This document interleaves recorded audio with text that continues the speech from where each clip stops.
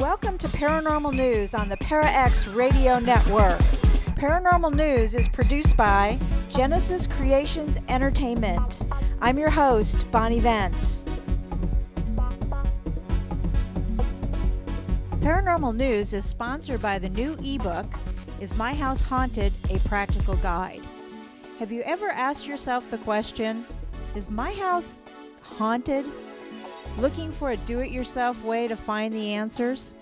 This ebook walks you through all the basics. There are also forms that you can fill out to log the activity and your experiences. For more information, please go to www.sdparanormal.com and look for Is My House Haunted? A Practical Guide. Sir Sean Connery has been challenged to put his money where his mouth is after criticizing one of Edinburgh's top visitor attractions. The staff at the Real Mary King's Close were left stunned after the legendary Scottish film icon Sean Connery made some scathing comments on the attraction in his new book, Being a Scot. Owners were bemused at his description of the Royal Mile attraction, which has around 170,000 visitors a year, as a Disney-fied haunted house experience.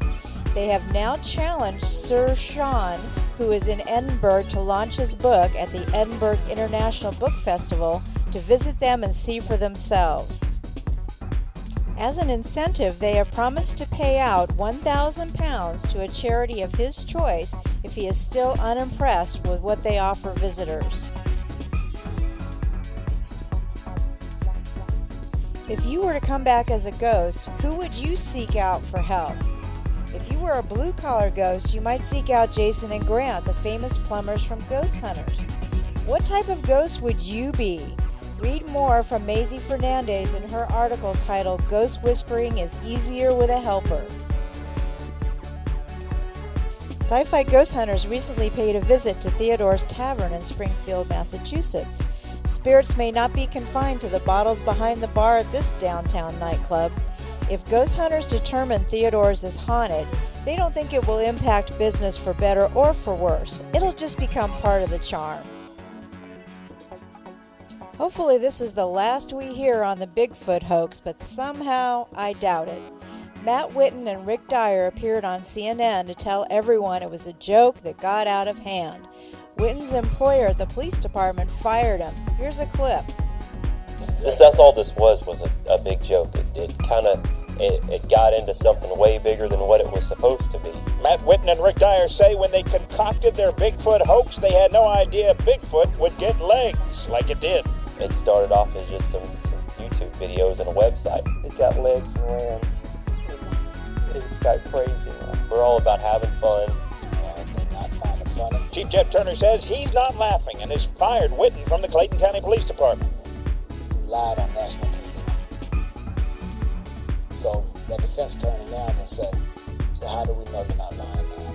I don't believe it does affect my credibility at all because this is Bigfoot. It would be one thing if I came out and said that I had something else that is tangible or real.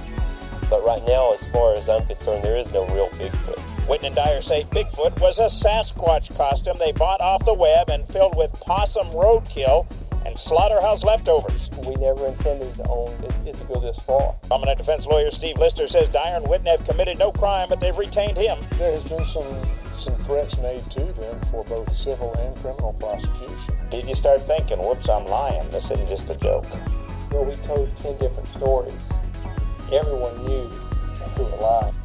For more information on these stories, please go to www.sdparanormal.com and the Paranormal News feed page. Don't forget, sign up for a free subscription to Paranormal News. Thanks for joining us today on Paranormal News.